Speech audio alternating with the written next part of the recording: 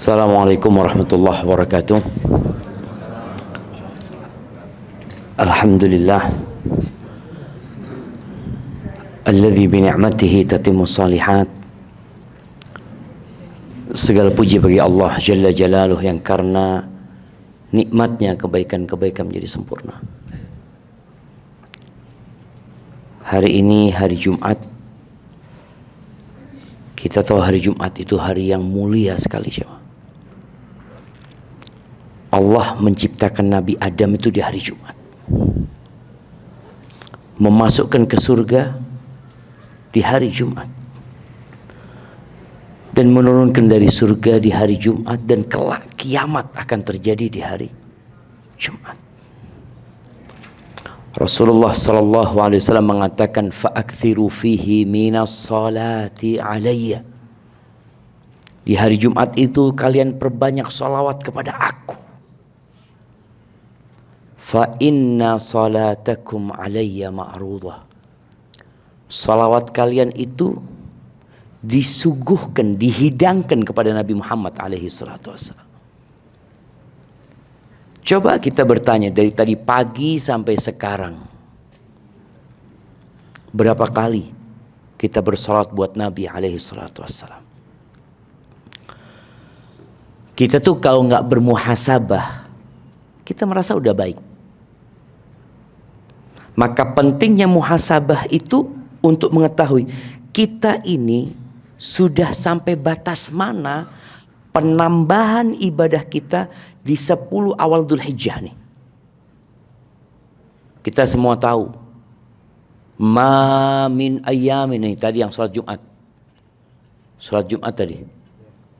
Sholat Jumat tadi. Apa kata khatibnya?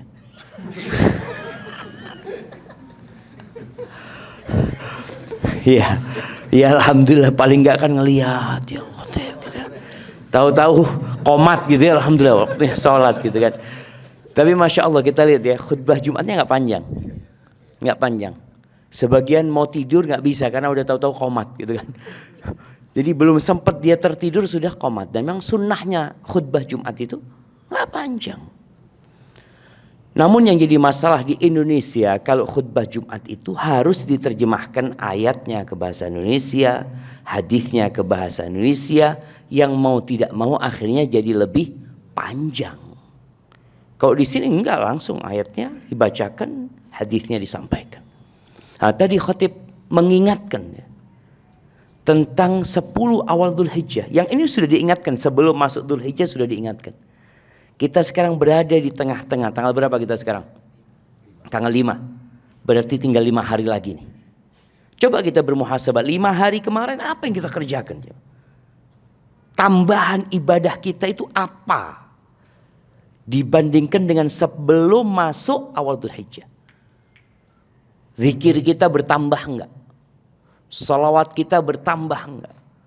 Bacaan Quran kita tambah apa enggak?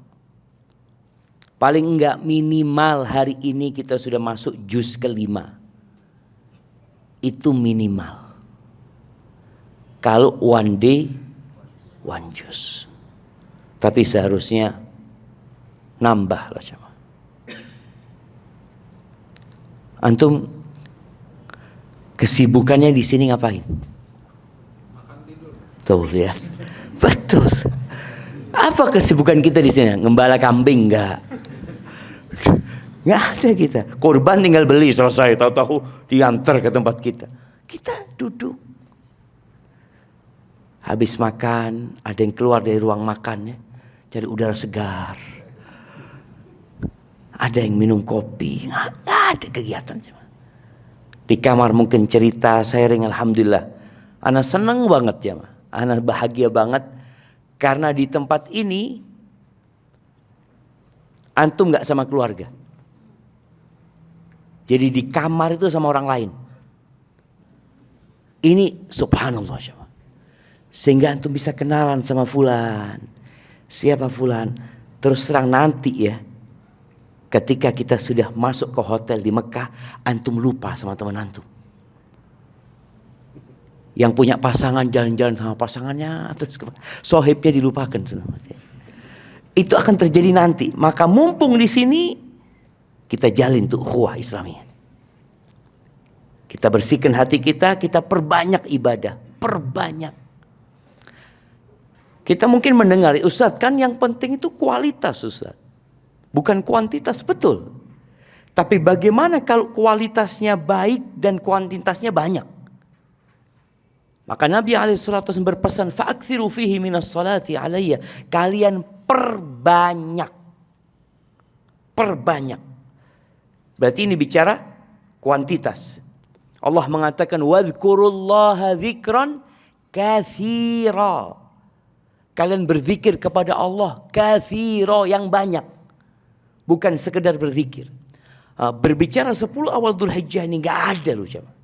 Gak ada. Sepanjang tahun itu hari yang spesial seperti 10 awal Dzulhijjah gak ada. Berdasarkan sabda Nabi alaihi salatu wassalam. Walal jihadu fi sabilillah. Itu juga tadi diingatkan oleh khatib.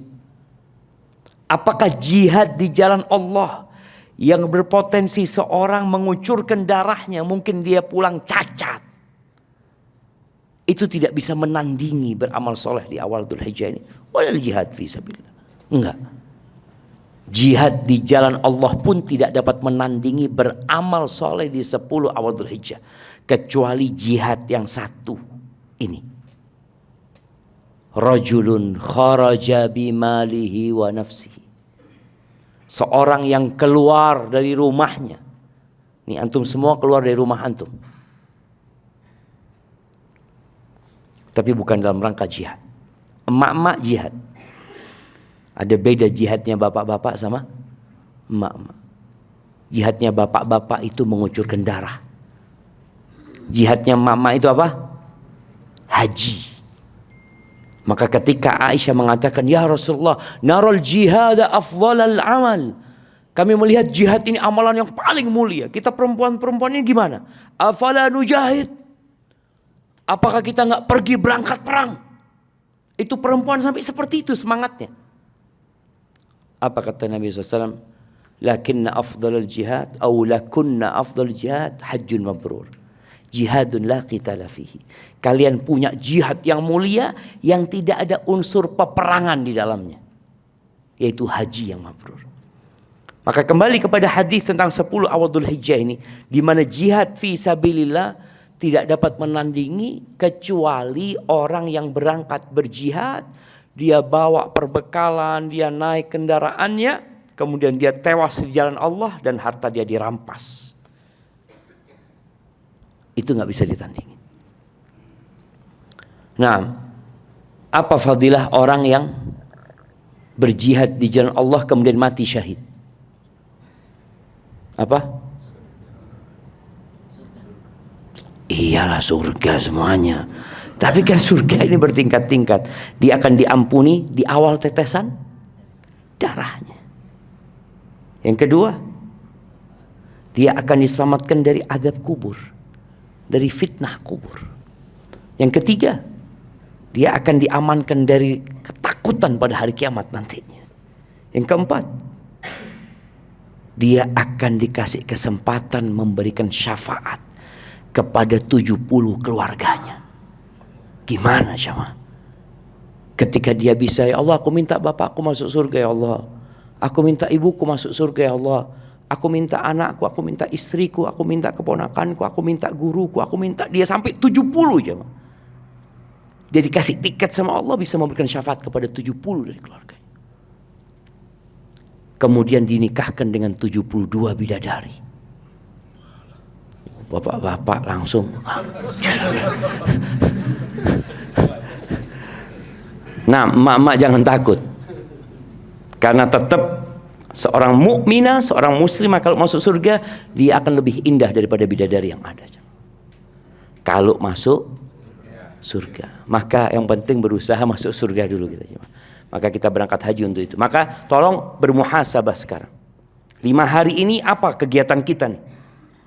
Kita belum melaksanakan haji, belum. Kemarin melaksanakan umrah, yaitu rangkaian dari haji tamattu. Tapi apa yang sudah kita lakukan? Zikir kita bagaimana? Quran bisa dicek. Antum bisa ngecek sekarang sampai juz mana. Dan kemarin sudah kita bahas, usahakan baca Quran sama Artinya kalau capek, bapak-bapak ibu-ibu tadarus di kamar ya. Satu baca, satu dengerin. Karena terus terang kadang-kala capek, anak kadang-kala capek baca itu, anak ganti ke Syekh Sudes biar beliau yang baca. Karena capek bener loh jamaah. Anak lihat sambil mendengarkan. Kadang-kala kita lelah jamaah, nggak apa-apa gitu loh. Tapi kalau di kamar antum ada kawan, bismillah. Seperti itu. Ini menjadi ya manfaat buat kita. Sebelum kita masuk ke pelaksanaan haji, kita benar-benar udah siap. Fisiknya siap, hatinya siap. Baik. Salawat kita akan dipaparkan, dihidangkan kepada Nabi SAW. Ini salawatnya fulan, ini salawatnya fulan. Allahu Akbar ya. Kemudian ingat hari ini hari Jumat juga ada doa mustajab ya di akhir Jumat ini. Makanya kita insya Allah kajian sampai setengah 7 ada kesempatan untuk membaca doa dan berzikir kepada Allah SWT. Ahibati fillah, rukun haji itu apa saja? Ihram, wukuf di Arafah, kemudian tawaf ifadah. Ini rukunnya. Ihram, wukuf, ya kalau tawaf ifadah sama sa'i. Itu yang menjadi rukun. Jadi sebenarnya kalau kita sudah tahu rukun ini nggak bisa ditinggalkan, nggak bisa bayar dam. Ada orang-orang kaya jemaah, ya di daerah Teluk sini, yang mereka hari Idul Adha sudah di rumahnya, sudah haji. Jadi Idul Adha itu dia sholat id sudah di rumahnya yang di Kuwait, dia sholat id. Loh, antum haji kan? Alhamdulillah, haji. Udah di sini iya. Kan rukunnya cuma ihram, wukuf, tawaf ifadah. Yang lainnya ada wajib haji, bisa bayar denda. Jadi semua bayar. Semua bayar. Kan nggak mabit, iyalah potong kambing. Gitu. Nggak lempar jumrah, potong kambing. Semuanya potong kambing. Sampai disebut haji dam. Pokoknya semuanya dia bayar dam. Ini kadang-kala orang kalau tujuan berhaji hanya sekedar yang penting haji. Padahal tujuan haji itu benar-benar mengabdi kepada Allah Azza wa Jalla. Maka kalau kita lihat setelah dari wukuf di Arafah, mabit di Muzdalifah, mabit ini wajib haji. Dia nggak mabit jemaah. Jadi orang ini wukuf di Arafah, matahari terbenam, dia langsung ke tawaf. Nah, dia tawaf sudah. Tawaf ifadah, sa'i, dia tahallul, bandara. Iya, nggak ada lempar jumroh wala apa. Nggak. Rasul sallallahu alaihi wasallam itu anak-anak ceritakan prosesnya. Beliau tanggal 8 itu tarwiyah. Kita akan jelaskan bentar lagi persiapan untuk tarwiyah apa saja. Tanggal 8 beliau bermalam di Mina. Pagi hari tanggal 9 beliau berangkat ke Arafah. Beliau istirahat di Arafah sampai matahari tergelincir masuk waktu zuhur. Kemudian di situ beliau melaksanakan ada khutbah Arafah, kemudian sholat zuhur, asar di jamak sampai matahari terbenam. Lalu beliau menuju ke Muzdalifah. Di Muzdalifah sholat maghrib dan isya di jamak takhir. Beliau istirahat sampai subuh. Setelah subuh kita akan lihat nanti ya di Muzdalifah orang itu nggak bisa tidur. Kenapa? Sudah tidur paginya, siangnya di Arafah. Jadi wukufnya cuma sebentar dia. Siangnya tidur sehingga malam hari, aduh, anak kok nggak ngantuk ya? Ya gimana tuh udah tidur dari tadi? Nabi SAW tidur jemaah. Karena full wukuf beliau SAW. Di Muzdalifah beliau sampai subuh, habis sholat subuh, nunggu matahari menguning, lalu beliau menuju ke Mina. Lempar jumrah, potong hewan kurbannya, beliau tahallul, kemudian beliau menuju ke Mekah, tawaf ifadah, sa'i, selesai sudah. Baik lagi ke ke Mina nantinya seperti itu. Baik, persiapan tarwiyah. Tarwiyah ini kenapa dinamakan tarwiyah? Subhanallah ya. Dulu itu air sangat sulit. Sehingga orang yang mau wukuf itu di tanggal 8 itu sudah menyiapkan air. Kalau sekarang antum gak usah repot-repot. Air sudah disiapkan di mana-mana. Jangan bicara air minum. Untuk mandi pun cukup dengan jumlah jamaah jutaan itu. Maka di hari tarwiyah itu, yang dulunya orang mengumpulkan air, kita nggak mengumpulkan air lagi, tapi kita menghabiskan air. Itu yang terjadi sama kita. Maka tolong ketika minum air, minum dengan tangan kanannya. Baca bismillah. Selesai minum baca alhamdulillah. Ana masih melihat jamaah di ruang makan, ada sebagian jamaah kita yang masih minum dengan tangan kirinya. Ini termasuk bentuk nggak bersyukur. Pernah Nabi SAW bersama sahabat, dia lagi makan ya, tahu-tahu dia makan dengan tangan kirinya. Nabi SAW mengatakan, kul biyaminik, makan dengan tangan kananmu. Kata orang ini, la astati, nggak bisa aku. Mungkin dia kidal, memang biasa dengan tangan. La astati. Apa kata Nabi SAW? Lastata'ta. Semoga engkau nggak bisa. Lumpuh tangan kanannya. Lumpuh, nggak pernah terlihat orang ini ngangkat tangan kanannya. Apa kata Nabi SAW? Ma mana'ahu illal kibir. Ini orang tidak mau nurut gara-gara sombong aja dia. Maka sombong itu menolak kebenaran dan meremehkan orang. Maka tolong saling mengingatkan jemaah. Ketika minum, karena kebiasaan, karena orang itu kebiasaan. Dan ini orang tua, engkau akan ditanya sama Allah ya. Ketika anakmu ternyata minum dengan tangan kiri dan dibiarkan. Padahal kata Nabi SAW yang minum dengan tangan kiri siapa? Setan gitu. Engkau ridho anakmu seperti setan? Enggak gitu. Tapi dibiarkan. Maka tolong diperhatikan hal itu. Baik, kemudian disunnahkan ya bagi orang sebelum hari tarwiyah nanti untuk mandi. Bersih ya. Tapi di sini ada sebuah permasalahan bagaimana kita kan dianjurkan untuk potong bulu ketiak ya, menggundulin bulu kemaluan ya, merapikan kumis mungkin, motong kukunya. Bagaimana kalau dia ini punya kurban? Sedangkan ada arahan dari Nabi SAW, kalau masuk awal Dzulhijjah dan orang itu punya niat berkurban, jangan sampai dia ambil dari rambutnya dan kukunya. Mana yang perlu didahulukan sekarang di sini? Bersih-bersih atau bertahan? Terus terang, aneh kalau bercermin lihat kumis, ya Allah, nggak ada potong kumis sana. Ini masih nunggu 5 hari lagi, lihat kuku juga belum dipotong ya. Lebih baik ditahan. Walaupun kalau dipotong nggak dosa sebenarnya, tapi lebih baik ditahan. Kalau engkau yang punya hewan kurban, insya Allah ada waktu 5 hari. Ditahan. Kalau emak-emak juga seperti itu kalau punya hewan kurban. Tapi kalau yang berkurban suaminya, dia tidak termasuk dalam larangan tersebut. Mandi bersih ya. Kemudian setelah mandi bersih itu dianjurkan untuk memakai wangi-wangian bagi kaum laki-laki. Di mana? Di tubuhnya, bukan di baju ihramnya. Ada perbedaan. Kenapa perempuan itu nggak boleh pakai parfum yang baunya semerbak ya? Kalau perempuan pakai deodoran, pakai parfum yang tidak tercium dengan orang sekedar agar tidak ada aroma nggak enak dari tubuhnya, nggak apa-apa. Kenapa?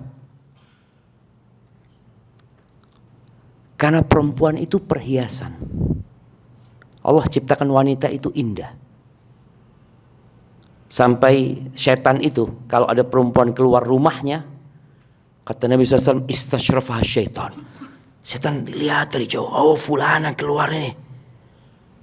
Karena dia akan jadikan perempuan ini bahan untuk menggoda laki-laki. Dan tidak ada fitnah yang lebih besar yang ditinggalkan sama Nabi SAW buat kaum laki-laki lebih daripada wanita.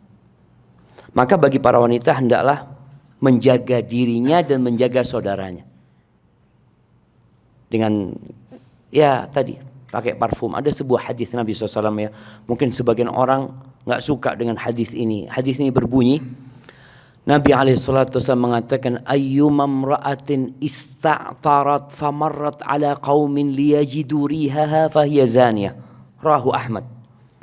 Perempuan manapun yang dia menggunakan parfum kemudian melewatin laki-laki agar mereka mencium aromanya.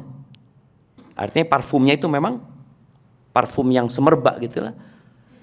Apa kata Nabi SAW? Fahiya zaniyah. Perempuan ini pelacur, kata Nabi SAW. Mungkin enggak, Ustaz, anak enggak punya niat itu sama sekali. Iya, cuma laki-laki. Ya, bapak-bapak juga kalau ada perempuan di depannya berjalan, usahakan dia lewatin. Kan ada ucapan apa? Ladies first. Ladies first. Sambil dilihatin sama dia. Tafadhol. Antum duluan jalan di depannya. Iya, itu adabnya. Sehingga terselamatkan dari fitnah tersebut. Maka kembali kepada memakai parfum, bapak-bapak pakai parfum nggak apa-apa, parfumnya yang banyak sampai habis nggak apa-apa. Jadi ya mumpung ada kesempatan beli parfum jamaah, ada parfum di sini yang satu olesnya bisa 7 juta jamaah. Satu oles, Insya Allah. Ada yang mau beli? Nggak boleh jualan di masjid. Iya. Ada parfum yang mahal sekali. Dan subhanallah ya, parfum yang mahal ini ternyata hewani semua. Bukan nabati. Parfum yang paling mahal itu yang sering disebutkan dalam hadis Nabi SAW. Apa? Misik sama ambar. Misik sama ambar. Misik itu dari apa? Dari bisulnya rusa.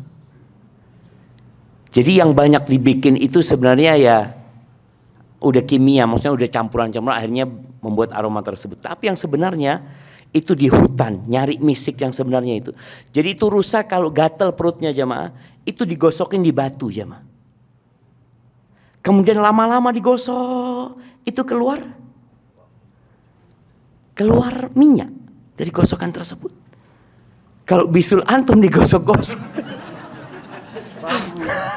Enggak, Masya Allah, kita bayangin ya, Masya Allah, ini apa? Kehebatan Allah Subhanahu wa Ta'ala.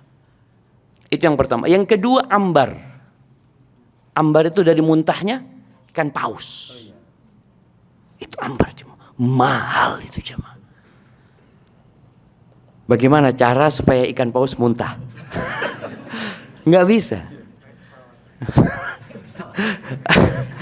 Dinaikin pesawat ikan pausnya supaya muntah. Jadi tadi pakai parfum yang mahal. Antum subhanallah. Ini pakai parfum yang benar-benar antum beribadah kepada Allah. Antum ketika pakai parfum itu ingat, ya Allah, aku sedang mau masuk ke ihramku, ya Allah, aku mau berangkat haji, ya Allah, aku nggak tahu kapan berangkat haji lagi, ya Allah. Dia bikin wangi tubuhnya, rambutnya mau dipakein ya semua, jenggotnya mau dikasih, tafadhol. Ini buat yang bapak-bapak ya, buat yang mama tadi dihindarin hal itu. Kemudian pakai baju ihram. Ihramnya insya Allah semua seperti ihram kita waktu umrah kemarin. 2 helai kain ya buat yang bapak-bapak. Dianjurkan warnanya putih. Nggak harus warnanya putih. Sekarang Masya Allah, fulus ini mudah. Kain itu banyak. Di masa Nabi SAW warna-warni jemaah, sahabat itu. Nggak semuanya punya uang untuk beli kain putih. Maka mereka ya pakai ihram ya apa aja dipakai gitu. Buat mereka.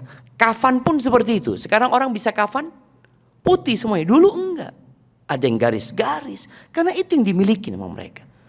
Maka alhamdulillah kita pakai baju ihram. Kalau ibu-ibu bebas baju ihramnya. Yang penting jangan sampai warnanya ya menggoda ya. Jangan sampai warnanya menggoda. Dan pakaiannya jangan dikasihin wangi-wangian. Kalau ihramnya ada yang dicuci, ibu-ibu juga mungkin ada baju yang hendak dipakai nanti untuk berihram, maka tolong kalau ada pewanginya dikeluarkan ya, biar hilang wangi-wanginya tersebut, sehingga ketika dipakai insya Allah tanggal 8 nanti kondisinya sudah tidak wangi lagi. Kemudian niat. Niatnya jemaah haji itu dari sini, nggak perlu kita ke miqat.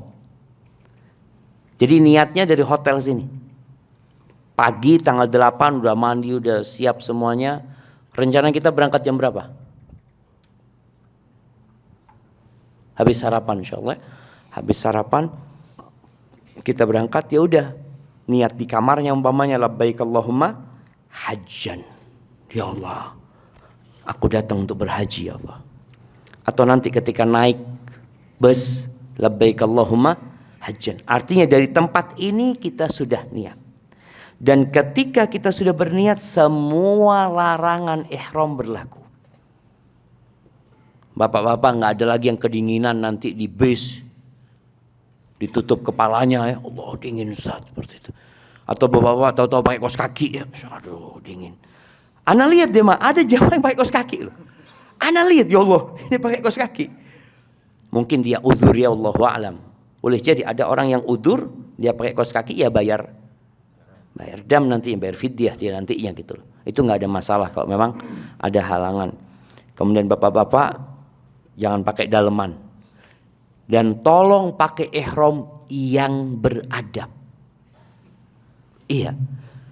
Karena terus terang kemarin ana lihat ya, ada jamaah dari luar sebenarnya yang naik skuter ya mungkin ya. Itu sampai terbuka jamaah, Allahu Akbar. Ini di Masjidil Haram jamaah. Nah, itu terjadi. Maka bapak-bapak yang tidak terbiasa, latihanlah sekarang. Kesini sholat pakai ihram gitu ya, duduk apa, bener jamaah. Kalau kita nggak latihan, Allahu Akbar, banyak dosa nanti. Yang ngelihat dosa, yang juga mentonton, mungkin nggak usah, dia kan nggak sengaja. Nah, tadi kita harus hati-hati. Jadi pakai ihram, niat labbaik Allahumma hajjan. Niat itu tempatnya di hati, tapi kita berihlal mengumumkannya kepada Allah Azza wa Jalla. Tetap niatnya di hati, niat mau haji. Kalau yang niat menghajikan orang lain, maka dia katakan, ya Allah aku hendak menghajikan orang tuaku. Atau dia katakan labbaik Allahumma hajjan an, siapa sebutkan namanya, an fulan bin fulan, an fulana binti fulan. Ada yang hendak menghajikan orang lain? Nah, menghajikan siapa? Masya Allah. Iya tadi labbaik Allahumma hajjan an walidi. Sudah cukup dia. Atau harus sebutkan namanya? Nggak harus. Karena ketika mengatakan walidi, bapakku, Allah tahu siapa bapaknya dia. Allah tahu. Nah, tapi mau sebutkan walidi fulan bin fulan ya, nggak apa-apa. Taib. Kemudian setelah itu kita akan berangkat menuju ke Mina.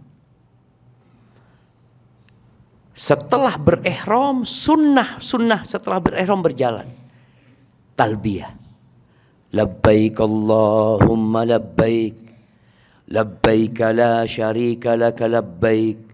Innal hamda wan ni'mata laka wal mulk la syarika lak. Jangan nunggu ustadznya talbiyah. Kadangkala ustadznya kecapean. Udah ngurus jamaah ngitung, dia duduk di bis udah lengkap alhamdulillah, bismillahirrahmanirrahim. Ustaz dia udah kecapean. Mungkin jamaah ini terjadi, atau dia awal mungkin labbaik Allahumma labbaik, lama kelamaan suaranya semakin mengecil. Jamaah sama, udah selesai talbiyahnya. Nggak ada selesainya talbiyah kecuali nanti kita selesai lempar jumroh ya. Jadi terus talbiyah. Ustadznya nggak talbiyah, kita tetap bertalbiyah. Labbaik Allahumma labbaik. Khususnya yang laki-laki dianjurkan mengangkat suara. Yang mama cukup dia yang dengar. Labbaik Allahumma labbaik. Tapi yang bapak-bapak, dan Masya Allah jamaah, waktu zaman di qasar, tapi tidak di jamak. Sholat asar 2 rakaat. Sholat maghrib 3 rakaat. Sholat isya di waktu isya 2 rakaat. Kemudian sholat subuh. Baru setelah subuh beliau meninggalkan Mina menuju ke Arafah. Tapi ngapain kita berada di Tarwiyah di situ? Subhanallah. Hari Tarwiyah itu ya persiapannya. Sebagian penulis menyebutkan bahwasanya mereka ini dikondisikan di situ sebelum wukuf di Arafah. Dikondisikan. Artinya orang itu boleh sebenarnya langsung wukuf. Cuma dia meninggalkan sunnah di Tarwiyah itu. Tapi Nabi SAW beliau mabit di Mina sana. Dan beliau mengatakan, khudhu anni manasikakum. Ambil dari aku tata cara ibadah haji kalian. Manasik kalian itu ambil dari aku. Dan kita berusaha untuk sesempurna mungkin ngikutin Nabi SAW. Yang kita bisa ikutin. Tapi ada jemaah kesian memang. Jemaah itu ya pihak travelnya atau yang ONH reguler ya. Yang reguler kadang-kadang mereka langsung menuju ke Arafah. Ya udah, mau gimana lagi? Nggak mungkin mereka memisahkan diri. Mereka berangkat ke sana, mereka kehilangan fadilah mabit di Mina tersebut. Baik. Orang itu kalau di karantina jemaah, dia sudah mulai pakai ihram. Kemudian larangan itu sudah berlaku. Dia mulai ingat sama Allah Azza wa Jalla. Mau dia mau cuci tangan ada pewanginya, nggak jadi ya Allah. Aku sedang berihram. Kemudian dia mau melihat kepada istrinya, dipandang-pandang istrinya, dia ingat aku sedang berihram. Jadi mulai dia benar-benar menjaga diri. Apa yang dilakukan kita di Mina? Berzikir, bertakbir, bertalbiyah, terus ya. Dan zikir yang paling mulia adalah membaca Quran. Maka tolong nanti ketika di Mina Tarwiyah tersebut kita punya waktu ya, kalau kita masuk jam zuhur lah anggap sampai subuh, dari jam 12 sampai jam 6 pagi umpamanya jemaah, kita punya waktu berapa jam? 18 jam. Manfaatkan untuk baca Quran yang paling banyak. Capek baca Quran, talbiyah. Capek talbiyah, bertakbir. Jadi kita memperbanyak ibadah kepada Allah SWT di hari Tarwiyah tersebut. Dan ketika sholatnya itu dikosor, musafir itu ketika dia sholatnya dikosor, maka tidak ada sholat qobliyah ba'diyah. Ini buat musafir. Jadi sholat rawatib nggak usah dikerjain. Terus gimana Ustaz? Ana ingin memperbanyak sholat, silahkan sholat sunnah yang lainnya. Sholat duha. Umpamanya kita nanti nyampe sana ternyata jam 9 sudah sampai Mina. Biasanya sebagian jamaah akan observasi lapangan. Dia lihat mana tempat jumrah. Kata dia. Dia mulai mungkin ambil batu, dia coba gitu jamaah. Ada yang mau observasi. Ingat kita belum waktunya. Nabi SAW nggak ada nyoba gitu. Coba dulu latihan lempar jumroh gitu. Nggak ada. Nabi SAW. Besok udah akan ada lempar jumroh. Tapi sebenarnya kita ingin bawa jemaah untuk ngeliat ya. Kalau bisa kita ke tempat Jamarot itu. Tapi sepertinya ya kita lihatlah besok mungkin ada yang kita kirim ke sana. Bisa nggak kita masuk ke sana? Karena jangan sampai kita udah naik bus sampai sana nggak boleh masuk. Sekedar mau lihat ini jumroh ula, wusta dan aqobah. Yang jelas sampai sana sebelum zuhur manfaatkan waktu. Anda mau sholat duha.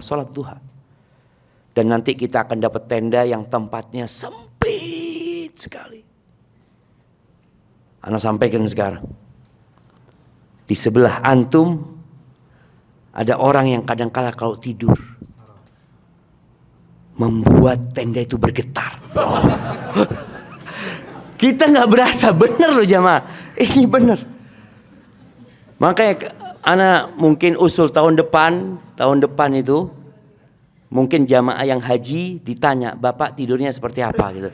Supaya nanti bisa dikelompokkan gitu loh, seperti itu. Tapi insya Allah jamaah kita semua berlapang dada. Mungkin suara itu membuat antum tidak tidur supaya berzikir kepada Allah Subhanahu wa taala. Kita ambil positifnya aja lah jamaah. Kita ambil positifnya. Karena antum jaga hati. Makanya dalam berhaji itu kata Allah Azza wa Jalla, "Faman farada fihinnal hajja fala rafatha wala fusuqa wala jidala fil hajj." Yang berniat untuk haji itu tinggalkan dosa. Dosa itu nggak boleh sepanjang tahun sebenarnya. Tapi ketika berhaji lebih lagi tinggalkan dosa. Tinggalkan dosa. Ustaz ini kan makruh kata banyak ulama, tinggalin. Ada yang ahli hisab di sini? Mana? Oh. Tinggalin. Untuk ketika mulai nanti udah tinggalin. Supaya sempurna. Aduh Ustaz nggak kuat. Ustaz kuat. Kalau engkau minta tolong sama Allah Ustaz kuat. Maka usahakan benar-benar enggak. Karena kita akan lihat nanti di Mina itu ada tempat-tempat khusus buat ahli hisab. Oh. Kita lihat, usahakan jangan. Nasihat ana ketika masuk tinggalkan. Kalau tadi dikatakan iya akan ada khilaf Ustaz, yang meninggalkan sesuatu yang syubhat itu akan selamat agama. Sudah tinggalin. Kemudian rafath, omong-omong kotor ya. Makanya ketika orang berihram itu termasuk larangannya tidak boleh menikah. Tidak boleh menikahkan dan tidak boleh melamar. Umpamanya ada bapak-bapak nanti, fulan, fadhal, belum punya istri belum. Ana nikahkan sama anak ana ya. Ana berihram, nanti habis tawaf ifadah. Artinya kita sampaikan memang nggak boleh, jemaah nggak boleh. Ini nggak boleh. Semua hal itu kita benar-benar fokus ibadah ini. Wala jidala fil hajj. Gak ada debat-debatan. Berbantah-bantahan gak ada. Kadangkala kita merasa nanti tenda loh, ini punya anak kok antum diam di sini. Sudah antum ngalah. Memang secara aturan dalam syariat itu mina liman sabak. Mina itu lokasi di Mina itu untuk yang duluan nyampe. Jadi dia nyampe duluan di situ ya sudah itu bagiannya dia gitu loh. Tapi kadang-kala kan kita udah taruh di situ, tahu-tahu ada yang mindah tas kita. Kita keluar, Allah, kasur ana yang mana? Sudah antum sabar. Sabar, kita sama-sama bareng. Boleh jadi nanti kalau tendanya nggak cukup, tidurnya gantian. Ya sudah antum tidur, ana mau sholat malam dulu. Allahu Akbar. Pokoknya gunakan, manfaatkan jamaah. Benar-benar untuk beribadah kepada Allah Azza wa Jalla. Jadi seperti itu. Kemudian jadi masalah sholat yang tidak dikerjakan Nabi SAW adalah rawatib ya. Beliau sholat rawatib cuma qobliyah subuh. Qobliyah zuhur enggak, ba'diyah zuhur enggak, ba'da maghrib enggak, ba'dal isya enggak. Karena hukumnya hukum musafir. Tapi antum jangan khawatir, itu udah ditulis sama Allah Azza wa Jalla. Ada malaikat yang mencatat amalan kita yang biasa kita lakukan tatkala kita di rumah. Kalau memang biasa dia lakukan. Terus perbanyak sholat yang lainnya. Sholat duha. Umpamanya mau sholat duha 8 rakaat, 12 rakaat, 40 rakaat. Boleh. 2 terus. Kemudian nanti umpamanya antara maghrib sama isya nggak ada ba'diyah. Tapi antum lihat ya Allah, kok anak ngantuk ya, anak mau sholat aja. Sholat sunnah mutlak. 2 rakaat, 2 rakaat, 2 rakaat, 2 rakaat sampai datang waktu isya. Jadi perbanyak sholat. Nanti ba'dal isya, umpamanya sudah capek istirahat malam mau sholat malam coba. Dan bagi yang hafalan Qur'annya sedikit, baca lewat handphonenya, lewat mushaf nggak apa-apa. Antum baca anak sekalian menghatamkan Qur'an umpamanya seperti itu nggak apa-apa. Sampai kemudian pagi hari itu kita akan menuju ke Arafah. Siap-siap naik bus talbiyah jamaah, labbaik Allahumma labbaik, terus labbaik Allahumma labbaik. Kita itu tidak diharuskan dalam kondisi bersuci, tapi lebih baik dalam kondisi bersuci. Makanya pelaksanaan ritual ini, perempuan yang datang bulan, perempuan yang nifas boleh laksanakan seperti itu. Itu pertanda tidak harus suci. Tapi lebih dianjurkan kita dalam kondisi berwudu. Jadi batal wudunya, ambil wudu lagi. Seperti itu. Sampai nanti kita ke Arafah. Di Arafah, ya Arafah itu tendanya lebih bagus daripada di Mina. Tapi Arafah itu disediakan bukan untuk nginap, tapi disediakan untuk wukuf. Terus terang tahun lalu Anda melihat tenda kita itu terlalu bagus. Fasilitasnya terlalu mewah. Makan lagi, nanti umumkan ada es krim. Ada, ya Allah, ini wukuf kayak gini. Ya tapi gak apa-apa memang jamaah ya. Artinya orang itu masing-masing. Yang mau es krim, yang nanti ada dawet mungkin atau apa. Nanti kita akan lihat. Tapi cerita ana sampai Arafah. Besok kita akan cerita insyaallah tentang wukuf di Arafah.